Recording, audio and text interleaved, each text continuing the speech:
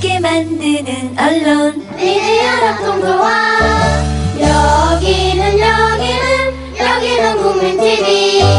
함께 만드는 언론 미디어 협동조합.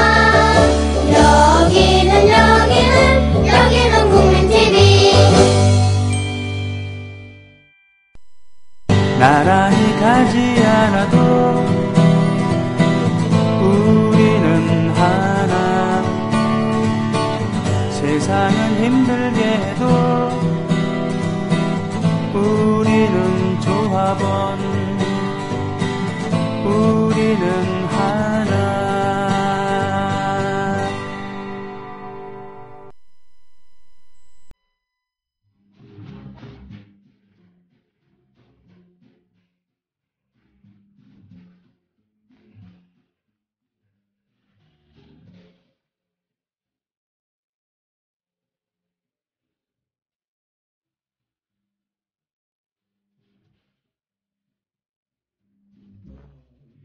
이영미의 흥남부대 금순이는 어디로 갔을까?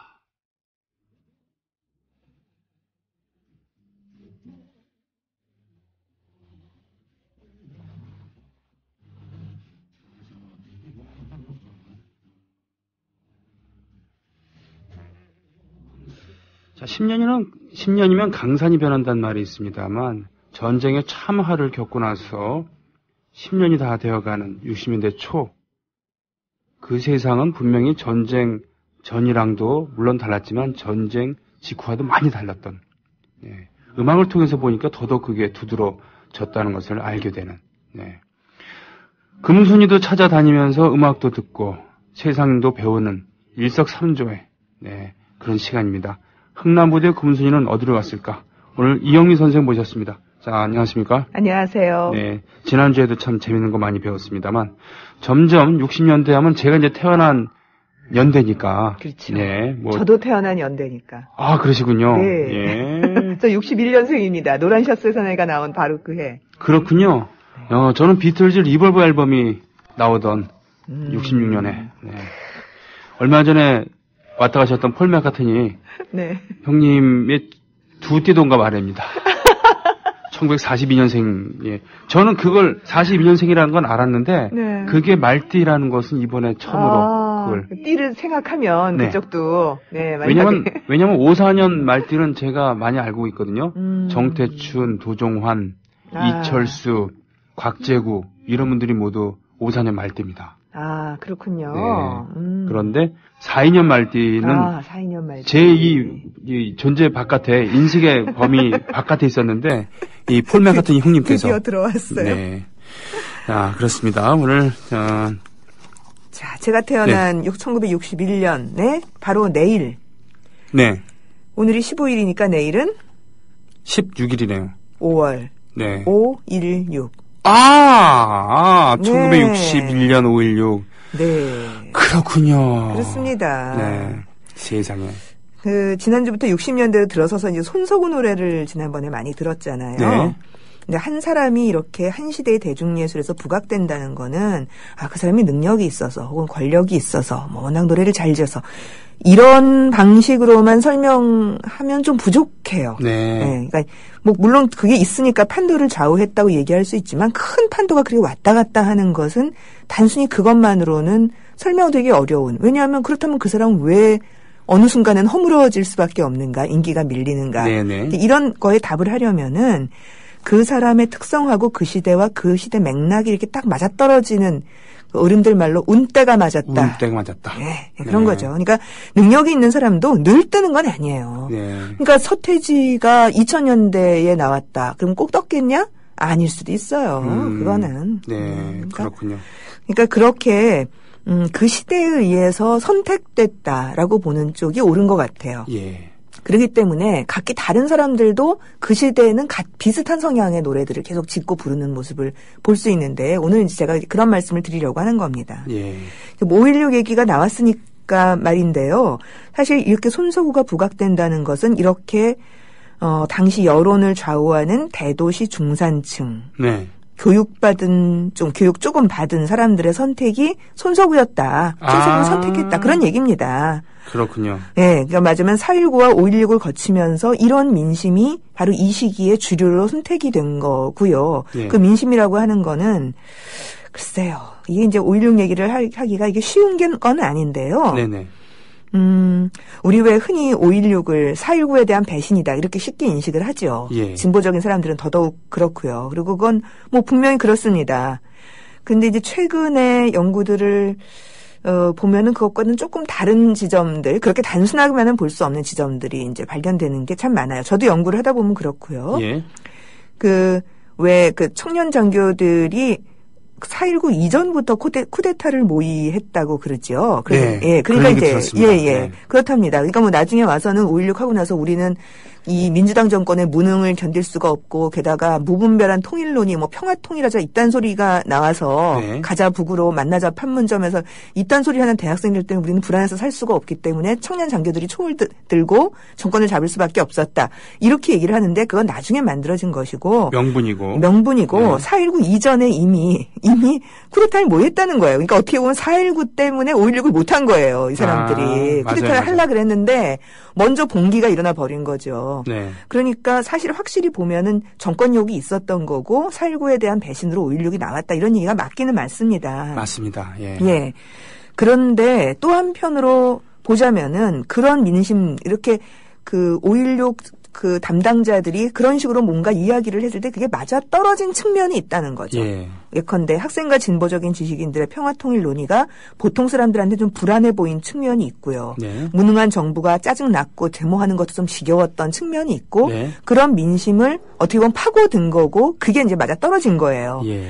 또 하나의 굉장히 중요한 민심이 있는데요. 사실은 4.19 이전부터 그러니까 네. 50년대 말에 그러니까 이승만 정권 말기부터 5.16 이후까지 쭉 지속되는 특히 대중예술사를 보면 이게 그 민심이 잘 보이는데 네. 그 민심 중에 하나가 뭐냐면 부패와 향락과 나태를 청산하는 것이에요. 하긴 그 당시 50년대 그 유행어 중에 하나가 사바사바였고 백도 있었어요. 백도 있었고. 예. 죽으면서 백 한대잖아요. 내가 백이 없어서 죽는다고. 김성환 화백의 고바우 영감에 보면은 저분 우리가 잘 모셔야 된다. 저분이 청와대에서 똥 푸는 사람이다. 그래, 맞아요. 예, 그 사건 만화 때문에 필화 사건을 겪었던. 그렇죠. 네. 그러니까 그럴 정도였었어요. 네. 그러니까 낡은 시대가 사라졌으면 좋겠고 그 낡은 시대는 부패하고 향락하고 나태하고 이런 거였다라는 생각이 있었던 겁니다. 네. 그런데 보통 대중들은 당연히 그렇죠. 과격한 방식이 아니라 낡은 세대를 부드럽게 포용도 하면서 뭔가 새롭게 됐으면 네. 좋겠는 혁명의 방식이 아닌 거로 되면 제일 좋죠. 왜냐하면 피 안 보는 거니까. 네. 근데 이제 그게 되지 않았고 4.19가 나온 거예요.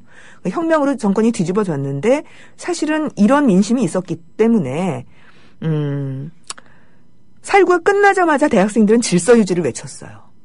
맞아요. 찝차 앞세우고 예. 대학생들이 플래카드 들고 질서 유지하고 네. 질서하고 외치고 다녔어요. 질서 유지를 외쳤고 학생은 학교로 여자는 가정으로 돌아가야 된다. 이렇게 네. 얘기를 했어요. 그래서 네. 사실 이거는 좀 혁명의 분위기하고는 안 맞는 거죠. 그리고 학생들의 주제에도 맞지 않는. 예, 그런. 학생의 주제도 맞지 않고 여자들은 가정으로 이게 이제 뭔 느낌인지 아시겠죠? 여자들의 네. 춤바람이나 자유주의적인 문화가 얼마나 꼴보기 싫었는지 다른 사람들한테 네. 그걸 보여주는 대목이에요. 사실은 그 자유주의야말로 민주주의로 가는 하나의 방법일 수도 있는 건데 그런 식으로 생각을 못하는 거죠. 그 꼬라지를 못 본다는 거죠. 꼬라지를 못 보는 거예요. 그러니까 이제 부패, 향락 청산해야 되고 그러면서 잘 먹고 잘 살았으면 좋겠고 경제는 성장했으면 좋겠고 이게 이제 민심이었다는 거죠. 네. 이 당시에 민주주의라는 민주당도 있었습니다만 민주주의라는 말이 얼마나 이해가 안 됐는지를 그 잡지들을 보면 나오는데 막 이런 식이 있어요. 신문에 보면은 우리 가정에도 민주정신이 필요하다. 이게 4.19 직후에 나온 칼럼들이에요. 네. 근데 뭐냐면은 과소비를 없애고 내핍 생활을 해야 된다. 네? 아무 상관이 없는데. 이거 절약 정신인데. 민주정신이래요. 네. 예. 그리고 뭐 대학까지 멀쩡하게 나온 사람들이 인터뷰를 하고 있는데 뭐 이런 식이에요. 뭐 우리 팀은 아주 민주적이에요. 왜냐하면 상명하복의 질서가 잘 서 있어요. 뭐 그래요. 그 권위주의인데. 그렇죠.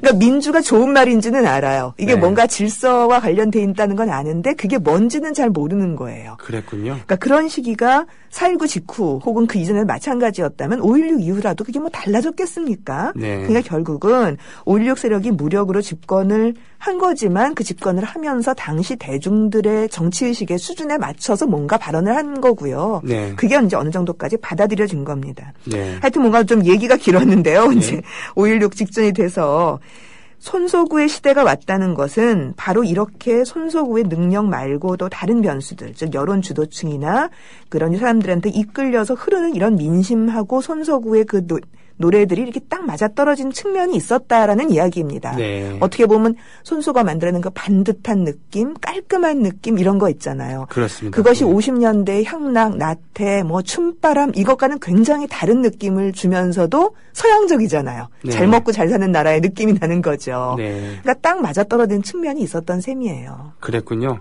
알겠습니다. 그래서 오늘 벌써 얘기한 지가 10분이 됐는데 노래는 왜 안 들려주시는데 막 이런. 네, 좀 강의가 길었어요. 네. 근데 이제 네. 제가 이 얘기를 하려고 하는 거예요. 뜬금없이 박춘석을 왜 듣냐라는 말씀을 좀 드리기 위해서인데요. 네. 63년에 박춘석 작사 작곡의 안다성이 부른 바닷가에서라는 노래를 들려드리려고 합니다. 네. 근데 이 노래를 들어보면은 이거 손석구야라고 주장을 해도 하나도 이상하지 않을 정도의 굉장히 비슷한 스타일의 노래예요. 예, 그랬군요. 알겠습니다. 그럼 일단 네. 듣고 오겠습니다. 바닷가에서 안다성이 불러줍니다.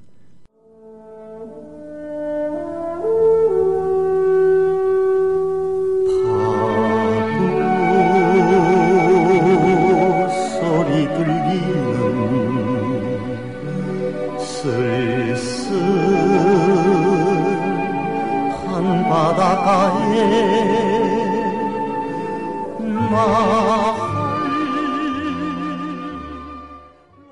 이 목소리가 트로트도 아니고 포크도 아니고 완벽한 스탠다드도 아니고 좀 애매한 부분이 있습니다. 그래도 스탠다드로 봐야 되죠. 네. 그러니까 손시향보다는 조금 못하지만, 그러니까 네. 왜 받침을 좀 빨리 붙이잖아요. 네네네. 이 가수들이나 음악하는 사람들은 바로 이제 그런 게 보이죠. 네. 들리는 이렇게 네. 가는 거예요. 는 이렇게 가지 않고, 그러니까 소리 울림이 좀 적게 되는 건데요. 네.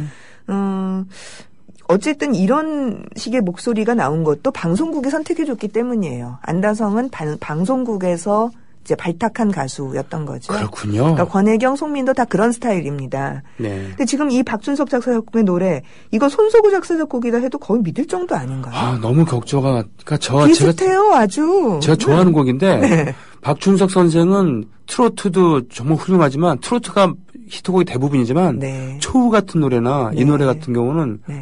정말. 그렇죠. 네. 근데 이제 초우는 굉장히 이렇게 감정이 확 끌어오르는 그런 네. 느낌이 있잖아요. 근데 네. 이거는 그보다 훨씬 안정적이고 차분하게 가라앉아 있어요. 물론 손석구 선생 노래보다는 조금 더 감정이 격한 거는 있습니다만 네, 네. 우리가 보통 생각하고 있는 박춘석의 트로트까지 짚는 그 다양한 박춘석의 면모를 생각하면 너무 손석구스러워요, 노래가. 네, 그렇군요. 예, 손인호의 뭐 비 내리는 호남선이나 최갑수가 38선의 봄 같은 트로트는 뭐 그렇다고 칩시다. 그런데 네. 양풍으로 지어진 노래를 좀 몇 개를 더 박춘석 노래를 들어보겠습니다. 이걸 들어보면은 네. 어머 바닷가에선 정말 손석구스럽다 이렇게 생각하실 겁니다. 알겠습니다. 예, 첫 곡은 59년에 백설이 이미자가 함께 부른 비극은 없다라는 노래고요. 네. 물론 나중에는 녹음한 거니까 백설이 이미자 두 분이 같이 불렀습니다. 어. 그다음에 김치캣의 아리랑 목동인데요. 네. 이 두 곡이 모두 다 박춘석의 노래입니다. 알겠습니다. 오늘은 들곡이 좀 많습니다. 비극은 없다부터 듣겠습니다.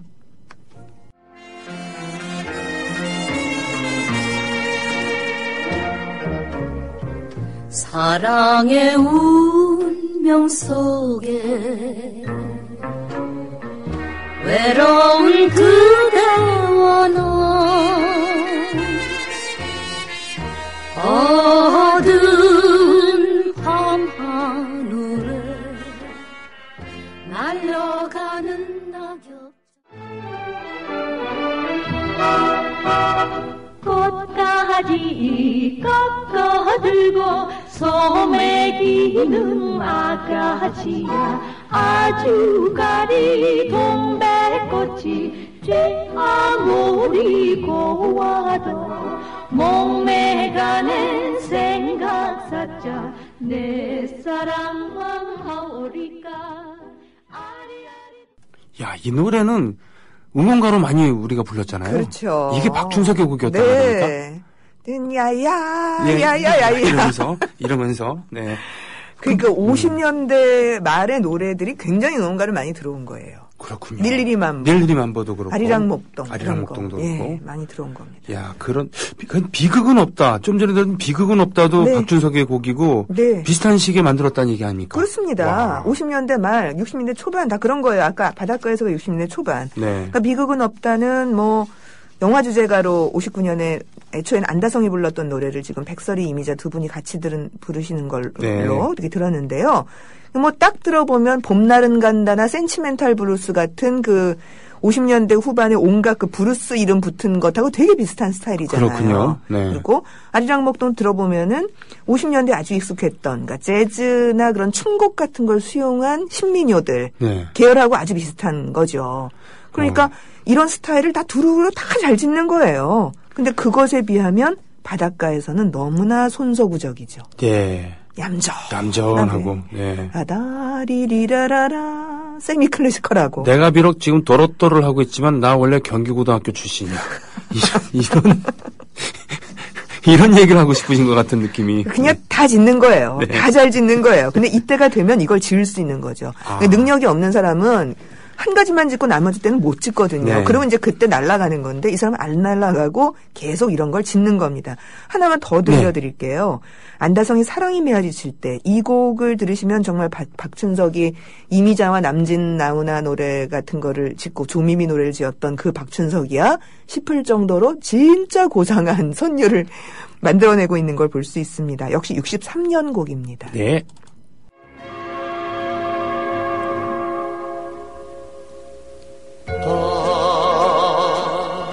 바람이 불면 산후에 올라 노래를 띄우리라 그대 참. 왠지 저기 신영균 그리고 최은희 이런 분들이 나와서 연기를 해야 될 것 같은 그런 느낌이 그렇죠. 드는데요. 예. 이 영화 주제가니까 그래요. 아, 진짜 이게 영화 네, 영화 주제가요. 그렇군요. 앞에 처음에 확 시작할 때 카메라가 이렇게 쫙 파노라마로 돌잖아요, 느낌이. 그렇군요. 그래서 아이고, 그렇습니다. 네. 근데 이제 선율로 보자면은 이거 가곡이다라고 들이밀어도 뭐 누가 별로 뭐라고 못할 것 같은 그런 분위기의 노래예요. 좀 죄송합니다만 이분은 약간 떨리는 네. 트로트의 떨림이 있어갖고 창법에서 좀 그런 게 있어서 그렇지. 네. 예, 이거를 다른 가수가 불렀다고 생각해보면. 예컨대 지금 이 사랑의 메아리 칠 때는 그 이후의 가수들도 굉장히 좋아해서요. 양희은 콘서트 때도 이걸 많이 불러요. 해티김 선생의 버전으로도 많이 들었습니다. 네. 예. 이게 많이 불어서 그걸 들으면 굉장히 느낌이 또 다릅니다. 맞아요. 그래서 이거 사실 뭐 조수미 이렇게 부르면은 뭐 동심초보다 훨씬 덜 통속적이지 않아요? 동심초는 정말 통속적 선율이거든요. 그렇군요. 근데 사랑이 메아리 칠 때는 이거는 그런 느낌 거의 없어요. 왠지 이 노래를 딱 처음 들었을 때 네. 그 미팔군의 장교 클럽에서 무궁화 2-3개짜리가 딱 나타나갖고 미스터 파워 원더풀, 그레이스풀 막 그럴 것 같은 느낌이 막 그려져요. 그렇죠. 그러니까 이제 같은 작곡가인데 아리랑목동이나 이런 그 아프로 아메리칸 느낌도 내고 네. 블루스 느낌도 내고 게다가 이런 백인 느낌도 내고 네. 그렇습니다. 자, 손석구스러운 또 다른 작곡가의 노래 하나 들어볼게요. 네. 김인배. 그러면은 약간 손석구하고 느낌이 다르거든요. 네. 오히려 그 이후에 이봉조하고 느낌이 훨씬 비슷한 노래가 많은데요. 네. 초기에 나왔던 노래는 손석구스러운 느낌의 노래가 꽤 있어요. 한명숙의 그리운 얼굴 1964년 곡입니다. 64년이면 비틀즈가 I Wanna Hold You Hand 가지고 맞습니다. 에드 설벤소에서 미국을 초토화시켰던 우리나라에도 이때 바로 비틀즈가 들어옵니다. 같은 해. 그리고는 그 신중현 선생이 에드4로 활동을 에드4입니다. 예. 한창 하고 있을 때였습니다. 그리운 얼굴 한명숙 김인배 작곡입니다. 별들이 하나둘 살아나듯이 뽀얗게 떠오르는 그리운 얼굴 눈 감으면 고양이 눈 뜨면 타야 구름은 하늘에서 서로 만나듯 강물도 바다에서 서로 만나듯 우리도 이런 노래가 있었군요. 저 사실 이 노래 잘 모릅니다. 그렇죠. 예, 예. 저는 기억하고 있는 노래예요. 그러니까 이게 한명숙의 노래들 중에서 그렇게 뒤에까지 많이 불려지지 않은 노래예요. 네. 저는 아주 기억에 많이 남는 이게 저의 첫 18번이었어요. 정말요? 네. 와. 이게 왜 그 어렸을 때 그런 기억들 있잖아요. 네. 어른들이 과자 사준다고 꼬시면은 그 앞에서 노래 부르는 때 있잖아요. 그렇습니다. 그게 되게 한 4살, 5살 그런 때거든요. 네. 그러니까 그런 때 제가 이 노래 부르면은 어른들이 과자 사줬어요. 과자 사주면 하네요. 너댓 살 먹은 애가 이런 노래를 그렇죠. 부르면. 그러니까 딱 이 시기가 맞잖아요. 64년이니까 제가 한 4살 때, 5살 때 나온 노래들이거든요. 61년생이니까. 네. 근데 제가 이걸 기억하고 있다가 나중에 대중가요 공부를 하면서 잊었던 노래가 기억이 난 거예요. 악보를 보고서 예. 노래책에서. 그래서 한 90년대 중반쯤 됐나? 후반 그쯤에 연몽, 문호근 뭐 이런 선생님들 네네. 60년대 초반 중반에 대학을 들어가셨던 네네네. 선생님들이 모여 계신 앞에서 한번 술자리에서 제가 이 노래를 불렀어요.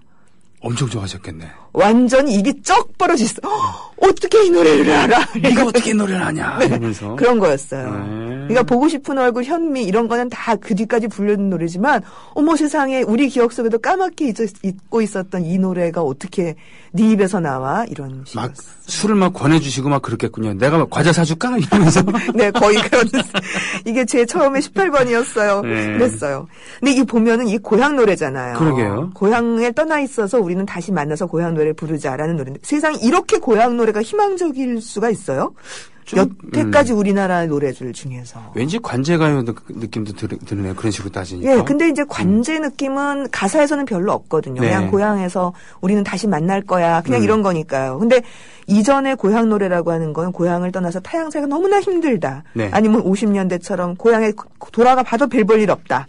뭐 이런 거잖아요. 네. 유정철리 낙향을 해서 너 정말 쓸쓸하다. 네. 이런 거하고 비교해보자면 고향 노래임에도 불구하고 청승기가 하나도 없는 네. 깨끗하고 반듯한 노래예요. 예. 근데 이게 꼭 김인배 스타일은 또 아니거든요. 이런 노래도 짓지만 아닌 것도 많아요. 그러니까 저는 이게 바로 손석구의 시대였기 때문에 이렇다고 생각합니다. 아, 본의 아니게 손석구의 아루라도 그건 아니지만 하여튼 그 손석구의 시대였기 때문에 그런 비슷한. 그렇죠. 그러니까 이제 그 손석구를 따라가야 되겠다가 아니라 네. 아 사람들이 이걸 좋아하는구나. 그럼 그렇게 짓게 돼 있어요. 사람들이라는 건. 그렇군요. 그건 뭐 그런 예는 많습니다. 예컨대 김광석의 거리에서 동물원의 일집에 나온 거리에서를 한번 들어보세요. 동물원의 다른 노래에 비해서 특히 김광석의 목소리도 굉장히 변진섭스러워요.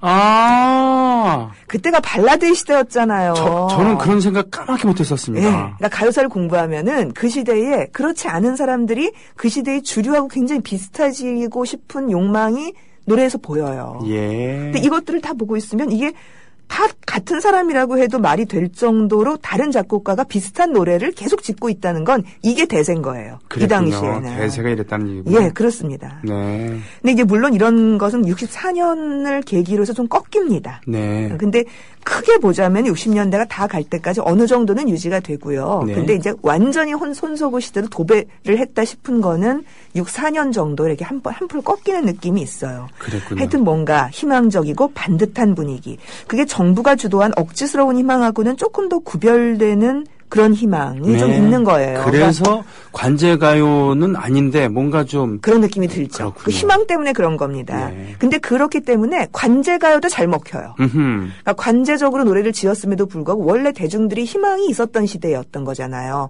그러니까 억지스러운 희망을 안 해도 노래를 만들 수가 있는 거예요. 네. 작가들이. 그래서 손석구 선생이 지은 노래들 중에는 약간 관제적으로 지어진 그런 건전가요가 굉장히 많습니다. 근데도 그것도 다 히트했어요. 아. 한번 들어볼까요? 57년 노래인데요. KBS가 주도했던 건전한 노래 만들기를 위해서 만들었던 노래입니다. 네. 손석구 작사 작곡의 금사향의 소녀의 꿈이라는 노래인데 원래는 박신자라는 가수가 처음 녹음했다고 되어 있는데 네. 지금은 아예 금사향 것으로 그냥 그거밖에 안 남아 있습니다. 소녀의 꿈하면 순정만화스러운 느낌이 나야 되는데 그게 아니란 말이죠. 한번 들어보시면은 이거 들은 노래 하실 거예요. 아, 그렇군요. 들어보겠습니다.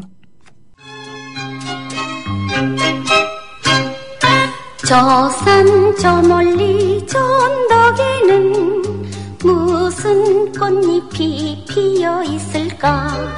달이 뜨면은 해가 지면은 꽃은 외로워 울지 않을까? 에야 호에야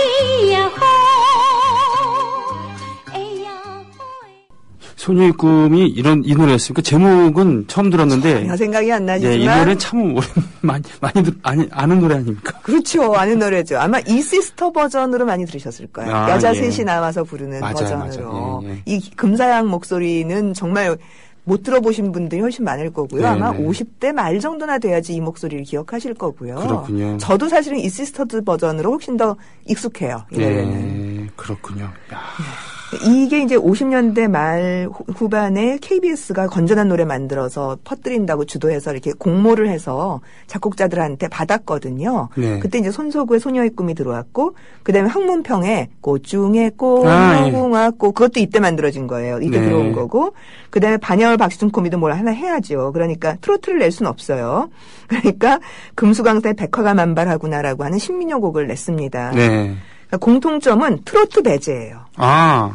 그러니까 트로트는 건전한 노래일 수 없다라고 하는 게 방송국과 혹은 그 사회가 합의하는 바였던 거죠. 그러니까 지금 그 난로 재건하고 그 선진적국 건설에 힘을 써야 할 때 어디 이렇게 퇴폐적이고 뭐 눈물 그렇죠. 눈물 짜고 청승하고 이런 건 아니라고 생각한 겁니다. 네. 그래서 50년대 후반부터 이미 그때부터도 물론 여기 이 곡들의 또 하나의 특성이 있죠. 재즈 계열 없어요. 라틴 계열 없어요. 그러니까 춤바람 제거, 트로트 제거예요. 춤바람 트로트. 예. 그러니까 그게 50년대 후반에 클래식을 했었던 음악가들이 모여가지고 건전한 노래를 불러야 되겠다라고 하면서 두 가지를 공격하는데 하나가 재즈고요. 거기 이제 라틴 음악까지 포함을 하는 거예요. 또 하나가 트로트예요. 그러니까 그렇지 않은 건 결국은 민요풍 아니면은 백인풍의 서양식 실험계를 갖고 있는 스탠다드 팝일 수밖에 없었던 거죠. 그러니까 초기에 신성일이 스포츠 머리를 하고 나타난 거군요. 그렇죠. 아니 그때 물론 고등학생 역을 했었으니까 당연히 그런 건데요. 그러니까 이제 트로트는 이렇게 보자면 60년대 초반, 50년대 말부터 이랬으니까 60년대 초반에 혁명, 쿠데타 이렇게 겪고 새로운 정권이 들어섰는데 트로트를 방송국에 포용하겠습니까? 당연히 아니죠. 그러니까 50년대 후반부터 배제를 당했고 5.16 직후에는 정말 핍박을 받았다고 그래요. 그 원로, 그러니까 뭐 그 트로트의 원래 무대는 한편은 방송이 별게 아니니까 음반하고 악극단이거든요. 당시에는 연극 조그만 거 하고 뭐 쇼하고 같이 해가지고 악극단으로 다녔는데 악극단이 퇴폐 온상이다 그래가지고 뭐 낙인 찍혀가지고 뭐 완전히 이렇게 단속당하고 심지어 그냥 단속만 하면 괜찮아요. 이게 문제인데 단속을 하고 나서 꼭 잡은 사람들을 데리고 이용해 먹어요. 정부는. 맞아요. 네.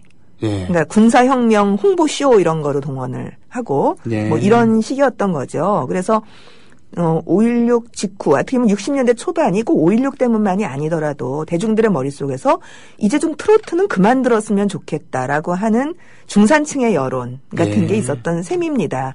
그때 손석구는 뜨는 겁니다. 아니 저는 사실은 뭐 트로트 이제 뭐 점점 좋아지고 있습니다만 트로트를 좋아하게 되었습니다만 뭐냐면, 지금보다 젊었던 시절에는, 왜 이 당시에 50년대 부분 상당히 라틴, 재즈, 룸바, 뭐 이런 거 차차차 많았는데, 왜 이때쯤 저번에 얌전한 노래밖에 없지?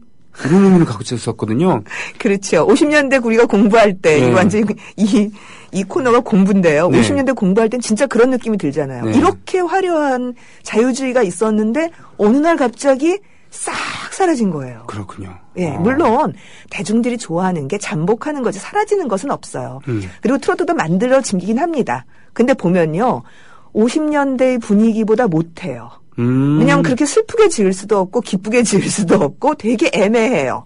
나더러 어떻게 하란 말이냐 뭐 이런. 그러니까 짓기는 짓는데 시대를 못 따라가고 있다는 느낌이 굉장히 역력하고요. 그래서 몇 곡 안 나와요. 그러니까 그 히트곡이 몇 곡 나오지 않아서 60년대 초반에 완전히 트로트가 휘청하는 모습이 정말 한국 대중가요사가 만들어진 이래 처음으로 주류가 바뀌어보는 주류의 1등이 바뀌어보는 경험을 우리가 60년대 초반에 하는 겁니다. 그래서 손석구 선생이 운때를 잘 만났다. 그렇습니다. 이렇게 얘기할 수도 드디어 있겠군요. 이제 자기 운을 만나게 된 자기 시대를 만나게 된 거예요. 네, 참 같은 손실로서 정말 한없이 부럽습니다. 네.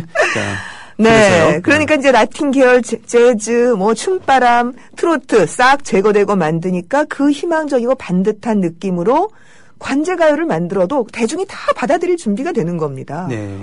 괜찮아요. 우리는 이런 거 좋아했어요. 이렇게 되고 관제가요로 지어져도 대중적으로 심지어 인기도 있는 네. 그런 노래가 계속 60년대 내내 그런 분위기는 어느 정도 지속돼요. 예컨대 패티김의 그 서울의 찬가 같은 노래도 관제로 지어진 거거든요. 아, 그래요? 예, 그거는 이제 최근에 밝혀졌어요. 패티김의 자서전, 그러니까 조영남하고 같이 대담으로 했던 자서전이 나온 게 있는데요. 책으로 묶여 나왔는데 거기서 그 노래는 어떻게 나온 거예요, 누님? 이러고 물어보니까 그거 김현옥 시장이 당시에 서울시장 했던 불도저 시장 있잖아요. 김현옥 시장이 요청을 해왔어. 그런 노래 지었으면 좋겠다고. 그래서 불렀고 그것을 서울시청에다 스피커 걸고 광장에다 하루 종일 빵빵. 그래서 히트곡이 됐군요. 예, 그리고 방송에서 틀어주잖아요. 그 김현옥 시장이 불도저 같은 추진력으로 이것저것 다 하다가 결국은 와우 아파트 무너져갖고 그렇죠. 자기도 무너졌죠. 그렇죠. 네. 그게 무너졌죠. 근데 이렇게 뭔가 건전가요를 만들었지만 대중들도 어머 좋아라고 하는 분위기가 있으니까 대중 가수들도 즐겁게 부르는 거고 작곡가도 짓기가 굉장히 편한 겁니다. 그랬군요. 다음 노래도 그렇습니다. 62년 노래인데요. 손석우 작사 작곡 한명숙의 우리마을. 이건 들어보면 딱 관제 건전가요입니다. 그렇군요. 처음에 시작할 때 도입부가 좀 특이해갖고 네. 제가 기억을 많이 하고 있는 그런 곡입니다. 우리마을 듣습니다. 서양거들이 하늘 바람을 타고 하늘 떠이러 가는 처녀 지맛자락 하늘 푸른 호박이 주렁주렁 저가 지붕에 편곡에도 힘을 썼고요. 그리고 이 노래는 정말 뭐라고 얘기를 해야 되나?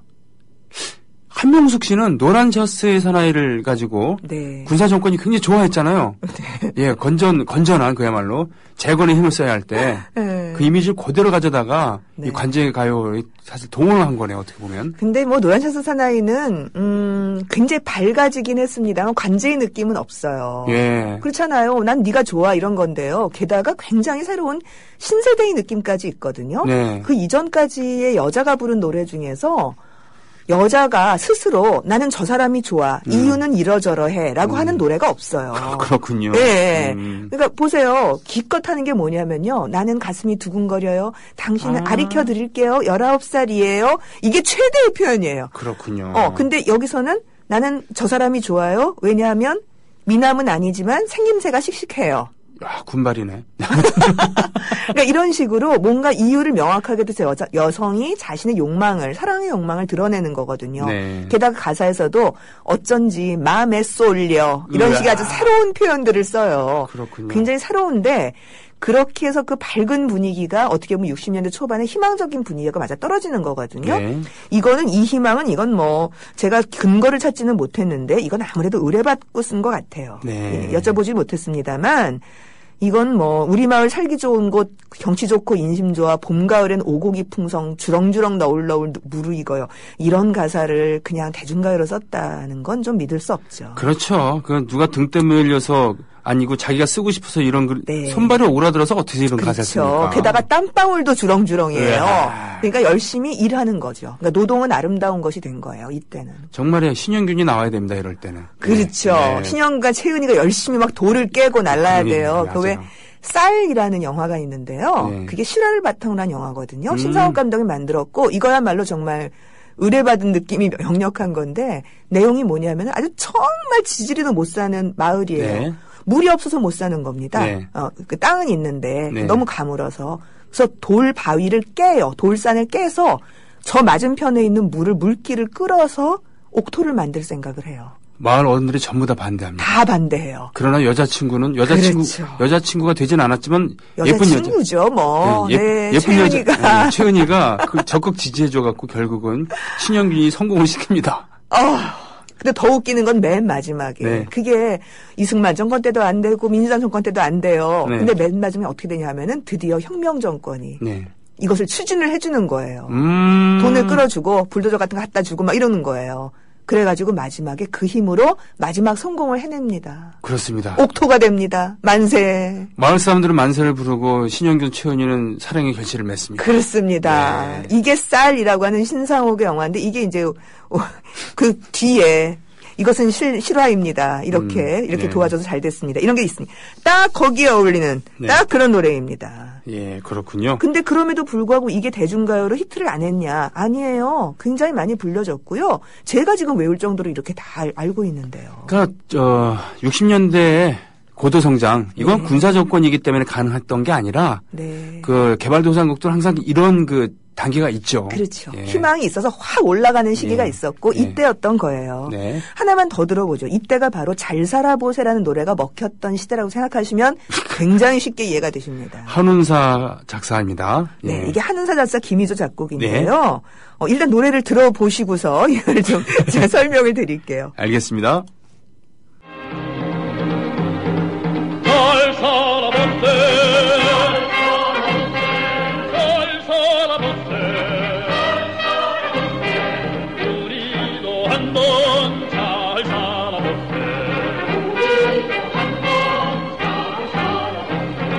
금수나 강산 어여쁜 나라 참마음으로 가고 가면 이렇게 해서 우리는 건설에 승리했던 것이었다. 뭐 이런 느낌의 우리가 정말 5.16 전야제를 너무너무 잘하고 있는 거예요. 예, 맞습니다. 상 줘야 되는 거 아닌가 모르겠네요. 그러게 말입니다. 지금 청와대에서 네. 지금 우리가 상 줘야 되는 거 아닙니까? 청와대에서 주시든 5.16 무슨 기념재단은 같은 데서 주시든 뭔가 하셔야 되는 거 아닌가? 예. 이게 굉장히 중요한 게 뭐냐면요. 네네. 5.16 1주년 기념식장에서 가장 먼저 발표된 노래예요. 딱이네요. 네. 그러니까 62년 5월 16일 날 발표가 된 거예요.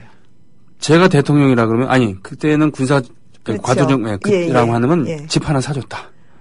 집까지는 아니지만 적어도 거역할 수는 없었겠죠. 네. 요청이 온 거랍니다. 이 얘기는 한 선생한테 제가 직접 들은 얘기인데요. 네. 어쩌다가 이런 가사를 짓게 되셨어요. 그랬더니 5.16 1주년 때 혁명정부 위에서 최고회의에서 연락이 왔다. 네. 당신이 좀 가사를 써달라. 그래서 유명한 시인들도 많은데 왜 꼭 내가 써야 됩니까? 라고 네. 했다. 네. 그랬더니 위에서 낙점을 당신한테 한 거다. 네. 그러니까 두말하지 말고 써라. 그때 거부하면은 신중형 꼴 납니다. 그렇죠. 네. 예, 거부 못해요. 하여튼 거부 못하고요. 네. 그냥 해야 되는 겁니다. 이런 때는. 근데 네. 이제 왜 하필이면 한운사였을까 생각해보면 이런 건 있어요. 그 전에 현에 타는 말이 없다 같은 그 학병을 소재로 한 좀 굵직한 남성스러운 드라마들이 굉장히 히트했거든요. 네. 이제 그러고 나서 굉장히 인기 있는 방송국 작가로 부상이 된 셈이니까 그런 네. 굵직한 뭔가 그리고 대중적인 그런 걸 할 수 있는 사람이라고 생각했겠죠. 네. 그리고 작곡은 김희조 작곡입니다. 이 김희조 선생은 해군군악 때부터 시작을 해서 아하. 쭉 내려왔던 분이고요. 네. 지금도 왜 무슨 서울 예대 실용음악과 출신들이 스승으로 모시는 분이 돌아가신 최창권 선생이에요. 살짝이 없어요. 예, 그렇습니다. 네네. 예. 그러니까 최호섭의 아버지. 예, 네. 세월이 가면에. 네. 그러니까 그분이 서울대 작곡가를 나와서 대중음악을 하신 그런 분이거든요. 네. 근데 이제 그렇게 쭉 따라서 계보를 올라가다 보면 말하자면 좀 괜찮은 우린 음악을 대중음악계에서 멋지게 괜찮게 하고 싶어 네. 라고 하는 맥을 따라 올라가면 최창건으로 올라가고 더 올라가면 김희조로 올라간대요. 그렇게 그런 네, 선생님의 그렇답니다. 선생님. 예, 선생님의 선생님으로 올라가는 네. 거고 우리가 네. 알고 있는 울산 아가씨 같은 노래를 합창 편곡하는 게 다 김희조 선생님 편곡이고 60년대 웬만한 그 무용음악, 한국음악 무용음악을 오케스트라 편곡해 놓은 것도 다 김희조 편곡이에요. 기본이 탄탄하신 네, 분이군요. 그런 분입니다. 그렇군요. 그래서 한운사 김희조 이렇게 만나서 5.16 1주년 기념사에서 불려졌는데 네. 전 이 노래를 이렇게 듣고 있으면 당연히 관제건전 가요임에도 불구하고 70년대 건전가요와는 좀 다른 느낌이 있어요. 무슨 얘기냐면 우리도 한번 잘 살아보세요 할 때 이 울컥한 느낌이 좀 있어요. 사실은. 그렇겠군요. 예, 얼마나 못 살았으면 이런 거 있잖아요. 네. 그러니까 이건 지금 못 살고 있다는 사실을 너무나 솔직하게 인정하는 그런 느낌이 좀 있습니다. 물론 이제 그게 2절에서는 일을 해보세요. 뛰어가 보세요. 이렇게 해서 이제 노동하는 뭘로 가야 돼. 이렇게 얘기하지만 네. 정말 단군 이래로 우리는 잘 사는 나라를 한번 만들어 보겠어. 가난이란 걸 끝장을 내보겠어라고 나왔던 5.16 군사정부가 얼마나 이 당시에 대중과 국민들한테 호소력이 있었을지가 아주 고스란히 보이는 그런 그렇겠군요. 대목의 노래입니다. 알겠습니다. 이제 시간이 오히려 오버되고 있는데 좋습니다. 네. 예, 마지막 곡이요. 네. 60년대 방송국들이 이렇게 종종 건전한 노래를 주문 제작하기도 했어요. 네. 그런 노래로 나온 것 중에 하나가 우리가 많이 아는 엄마야 누나야도 있습니다.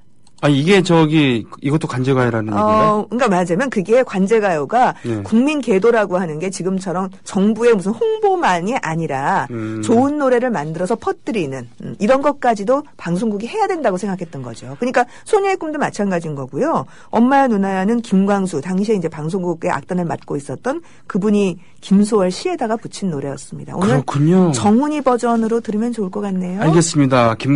당대 김광수 학원을 세워서 50년대, 60년대 장안의 많은 제자들 길러내기도 했었던 그렇습니다. 그 김광수 작곡, 김소월 작시, 엄마의 누나 들으면서 오늘 마치겠습니다. 고맙습니다. 고맙습니다.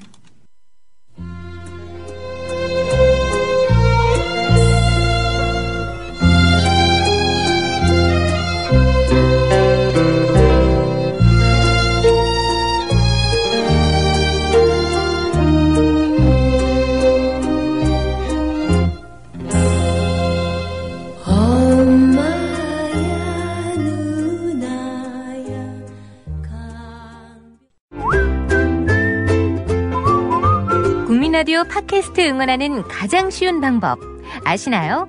다운로드하기, 별점 주기, 댓글 달기, 구독하기. 국민라디오 팟캐스트 널리 알리는 가장 쉬운 방법. 다운로드하기, 별점 주기, 댓글 달기, 구독하기. 기억하세요.